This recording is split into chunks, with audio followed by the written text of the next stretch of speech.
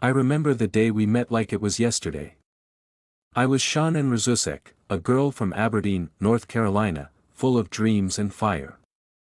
Chris came into my life on Facebook in 2010, tall, quiet, with that easy smile that made me feel safe. He was from Spring Lake, not far away, and we clicked instantly. By 2012, we were married, building our little world.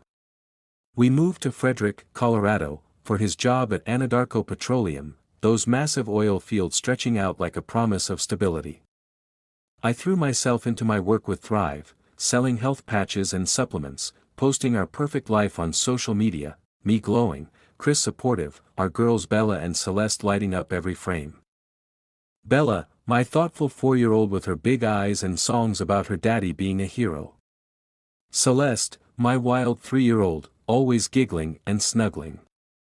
And then, the news in June 2018, we were expecting our third, a boy we'd name Nico.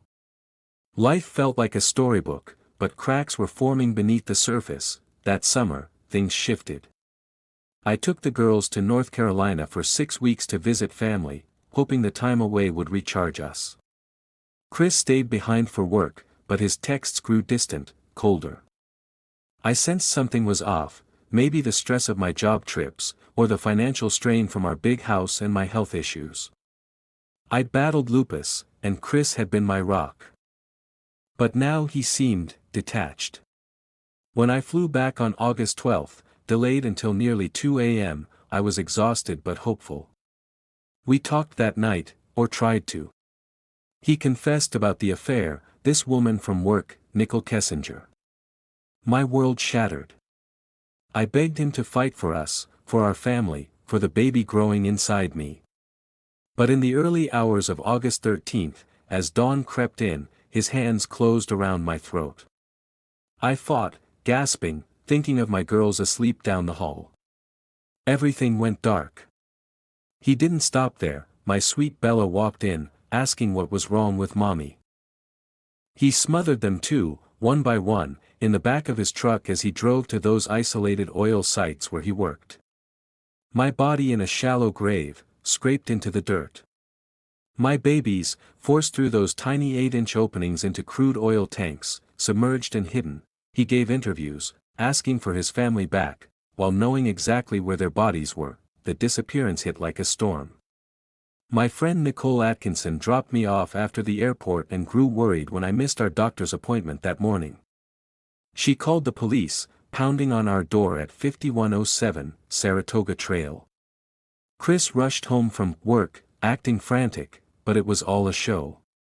He loaded our bodies into his truck at 5:27 a.m. Captured on the neighbor's surveillance camera, backing up to the garage, shadows moving in the early light. By afternoon, officers arrived, their body cams rolling as they swept through our home. Chris paced, pretending concern, pointing out my missing purse, wedding ring left on the nightstand like I'd just walked out. The house echoed with absence, toys scattered, my phone silent on the couch. Police noted his calm demeanor, no tears, just scripted worry. Neighbors whispered about our perfect family suddenly unraveling. I wish I could have screamed the truth from those walls. Bodycam footage captured it all, the officers' flashlights cutting through the dim rooms, Chris mumbling about our argument. Claiming I'd taken the girls to a playdate. But Nicole knew better, she insisted something was wrong. As the search ramped up, drones buzzed over fields, K-9 units sniffed the air. Chris went on TV that evening, pleading to cameras, Shanann, Bella, Celeste, if you're out there, just come back.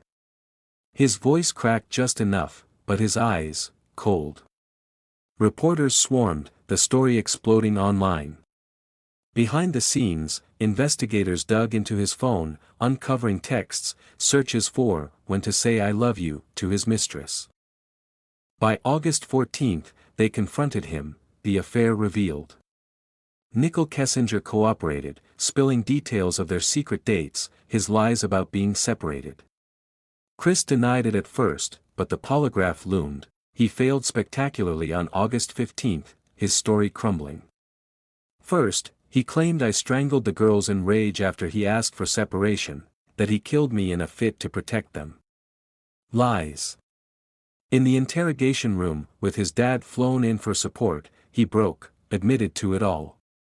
My murder first, then the girls pleading in the truck, Bella's last words, "Daddy, no," as he smothered her.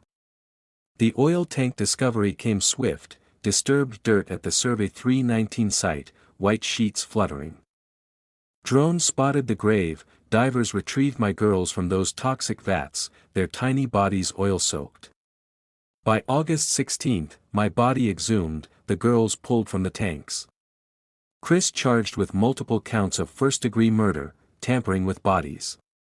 He pleaded guilty in November, sentenced to life without parole, plus 48 years for unlawful termination of pregnancy. Psychological profile.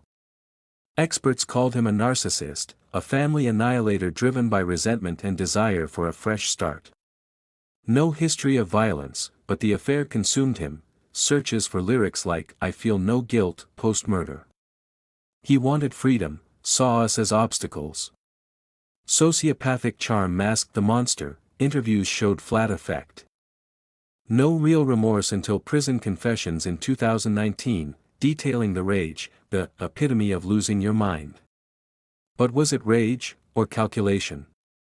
He backed the truck precisely, disposed of us methodically, even texted his mistress hours later. Was this premeditated, or panic? If you want more real, uncensored true crime stories that expose the darkness behind closed doors, subscribe now to Dark Evidence. Turn on notifications and don't miss the next case.